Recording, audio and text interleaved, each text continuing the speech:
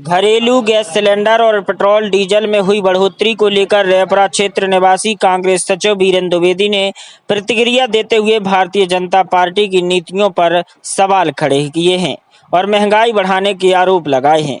मध्य प्रदेश कांग्रेस सचिव वीरेंद्र द्विवेदी ने बढ़ती महंगाई को लेकर प्रतिक्रिया देते हुए कहा कि देश में अलग अलग राज्यों में विधानसभा के चुनाव चल रहे थे, जिसको लेकर महंगाई का रोक लिया गया था और जैसे ही चुनाव संपन्न हुए भारतीय जनता पार्टी को सफलता हासिल हुई तो यह महंगाई जनता को आभार के रूप में दी गई है। हम आपको बता दें कि 4 माह बाद सरकार द्वारा 80 पैसे प्रति लीटर डीजल और पेट्रोल की कीमतों में बढ़ोतरी की गई है, तो वहीं घरेलू गैस सिलेंडर को भी 50 रुपए तक महंगा कर दिया है, जिसको लेकर प्रदेश कांग्रेस सचिव वीरेंद्र द्विवेदी ने केंद्र सरकार और भारतीय जनता पार्टी की नीतियों पर प्रश्न चिन्ह खड़े किए हैं। सुने क्या कहा कांग्रेस प्रदेश सचिव वीरेंद्र द्विवेदी ने।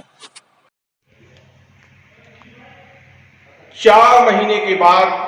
मोदी सरकार ने 80 पैसे प्रति लीटर डीजल और पेट्रोल और 50 रुपए प्रति सिलेंडर घरेलू सिलेंडर जो उपयोग में आते हैं उनके दाम बढ़ाए। ये दाम बढ़ाया जाना काफी पहले से प्रत्याशित और संभावित था, सरकार की योजना का हिस्सा था। लेकिन कई राज्यों में चुनाव चल रहे थे, चुनाव के चलते उन्होंने इस पे कंट्रोल किया हुआ था। लेकिन जैसे ही चुनाव के नतीजे आए, भारतीय जनता पार्टी को सफलता भी मिली कई राज्यों में और उन्होंने चुनाव नतीजों के बाद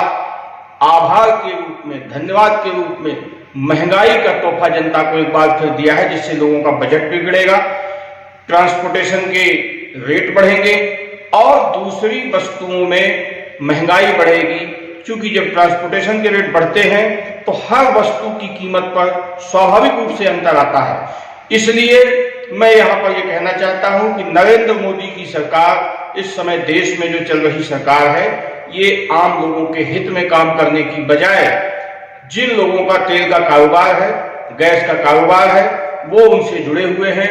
उनके दल को लाभ पहुंचाते हैं और उनके हितों को साधने का काम लगातार कर रही है। ये देश की जनता के लिए काम नहीं कर रही है।